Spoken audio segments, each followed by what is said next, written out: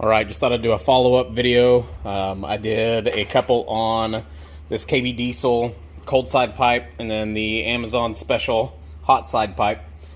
So these have been installed for probably about a month now, and I've had zero issues with them. I don't know that I can tell any kind of a difference, which this wasn't really anything for performance.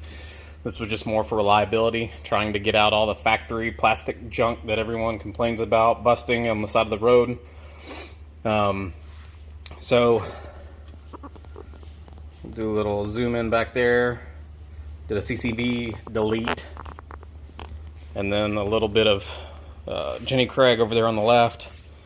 But as for these two pipes, you know, if you want to see the demo of what it looked like in an unboxing, you can refer back to the other videos, but I just thought I'd show a follow-up of these actually being installed, being used, and their performance.